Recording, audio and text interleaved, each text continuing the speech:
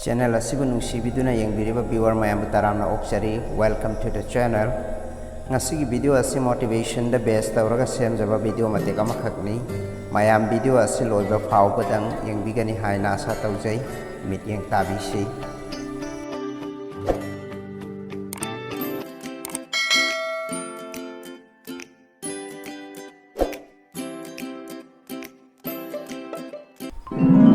Ngasigi episode talawisi saji ang mga magiwari.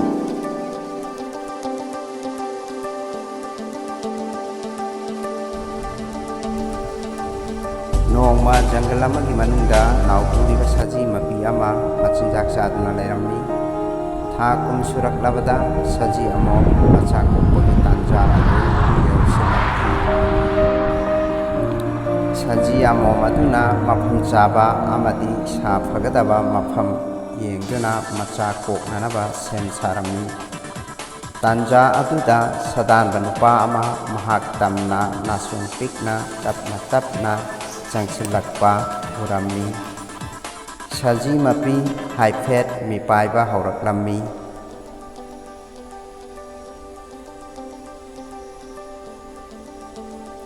amaromda amuk yengthok lubadana jaw sang laba nongsa ama amuk mahak tamna tapna sangsilakpasu urammi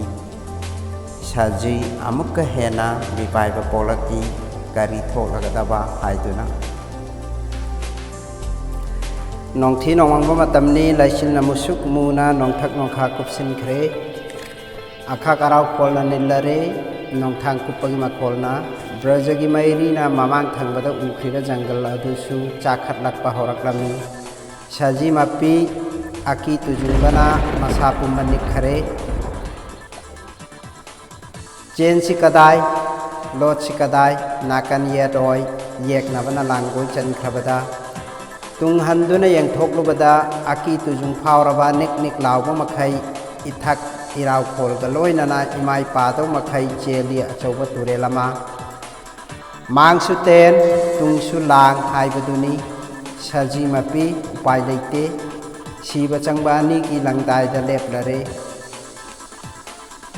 upai ama udrabada saji mamit jejet na usillaga mabukning da chapchana leptuna thok labama laklani aihak aigi tangai phatraba thabak pangthok lake haina phirep lauraduna mahak macha kok nanaba sem sakhre tanja aduda haibadi asomdana sadanba aduna saji adu tamna ten kaphok lakhre nong thangi maingalna mamit thakhal laduna Tanja charu bahai gadra natragana nong dambana asumna thoku tamkhibanara sadan baduna kapthok lakhiba tenjai adu mapa chahau daduna nong sana changsal lakliba adonda chatkhiduna nong sagi mathwai nan khare amaromda nong kana tasilakduna nong ki irikna mangda chakhat liba lamai adusu tapna mutpa horaklami saji mapi tanpham asimaktada mahaki macha maphangjaduna maithong makala makpa horakle mahaki nungsijaraba machabu ujaraga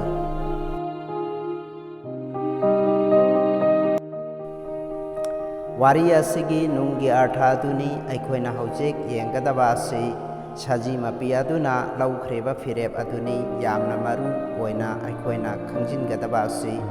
saji aduna aranba phirep natragana khongthang khara khajik soikhibada mahak thokhaningdaba khudong thiba kaya nangamrasu yai mahakna thamkhiba pandam yengkhiba mit yeng aduna mahaki maraibak lepkhibani ataidi mahaki makutta laiba thabak thoram natte aikhoina punsida yengadaba sisu masini positive oiba adonda aikhoi yengadabani negative lomda aikhoi changsilloidabani mathang manau naina aikhoina ithau masak khangna taugadabani aikhoigi khutta laitaba oithokloidabada aikhoi wakhal tauroidabani matam manghalloidabani aikoi ꯄꯨꯟꯁꯤꯗ priority ꯊꯝꯃꯒ ꯊꯕꯛ ꯇꯧꯒꯗꯕꯅꯤ꯫ ꯑꯆꯦꯠꯄ ꯊꯥꯖꯕ, ꯄꯨꯛꯅꯤꯡ ꯆꯪꯕ, ꯑꯐꯕ ꯈꯟꯕ, ꯑꯐꯕ ꯇꯧꯕ, ꯃꯁꯤꯅꯤ ꯑꯩꯈꯣꯏꯒꯤ ꯄꯨꯟꯁꯤꯗ ꯇꯧꯒꯗꯕ ꯊꯧꯗꯥꯡ꯫ ꯄꯨꯟꯁꯤꯗ ꯑꯋꯥꯕ, ꯑꯀꯟꯕ ꯂꯥꯟꯐꯝ ꯀꯌꯥ ꯊꯦꯡꯅꯒꯅꯤ꯫ ꯃꯁꯤ ꯄꯨꯟꯁꯤꯒꯤ ꯃꯆꯠꯅꯤ꯫ ꯑꯩꯈꯣꯏꯅ ꯀꯩꯗꯧꯉꯩꯗꯁꯨ ꯅꯥꯊꯩꯔꯒ ꯆꯠꯄ ꯌꯥꯔꯔꯣꯏꯗꯕꯅꯤ꯫ ꯑꯈꯥꯡ ꯀꯟꯕ, ꯍꯣꯠꯅꯕ ꯀꯟꯕ ꯍꯥꯏꯕꯁꯤꯇꯅ ꯄꯨꯟꯁꯤꯗ ꯃꯥꯏ ꯄꯥꯛꯄ ꯍꯥꯏꯕꯗꯨ ꯄꯨꯔꯛꯄ ꯉꯝꯒꯅꯤ꯫